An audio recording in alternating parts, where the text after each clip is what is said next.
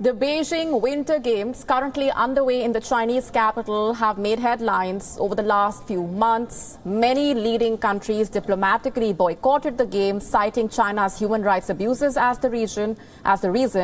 India is among the countries that boycotted the Games. However, its reason was different.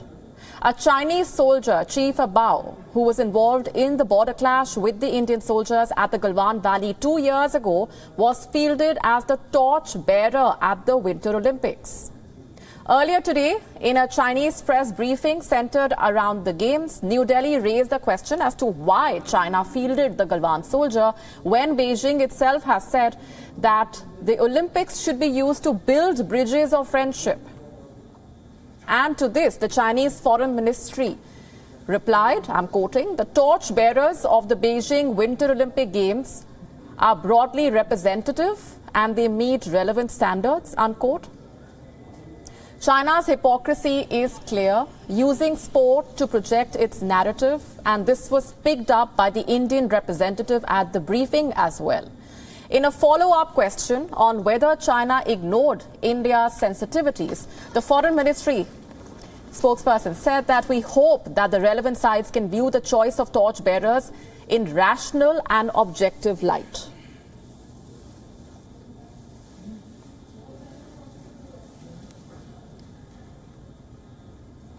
And with us on the broadcast is our principal diplomatic correspondent, Siddhant Sibal, who's been tracking all those developments in New Delhi.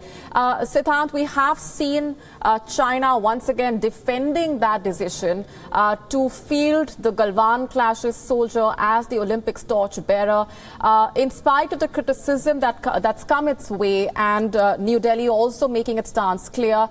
It remains firm that there was absolutely nothing wrong in projecting that soldier as the torchbearer.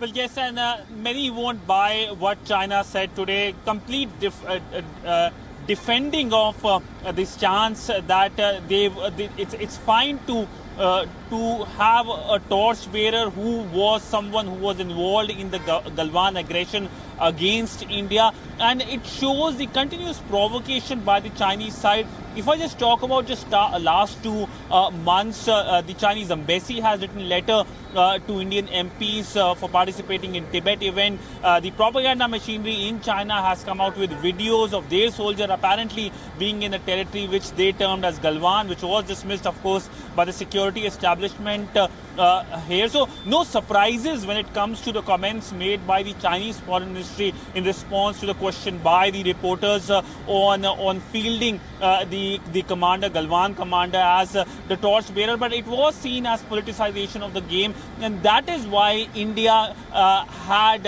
announced a decision of boycotting the opening and the closing of these ceremonies, diplomatically boycotting by making sure that its top diplomat in Beijing does not attend those opening and closing ceremonies. But largely, if we look at what is happening, these are perhaps the most controversial games which are underway when it comes to Olympics since perhaps early 1980s.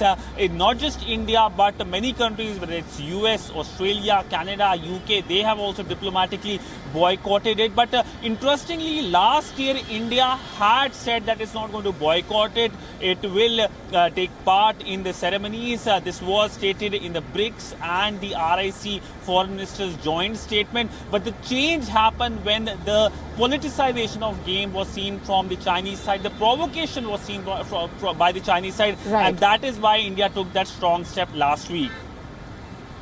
Right. Siddhant Sibal, we're of course coming back to you as and when we have further updates on that front. Thanks very much for now. WION now available in your country. Download the app now. Get all the news on the move.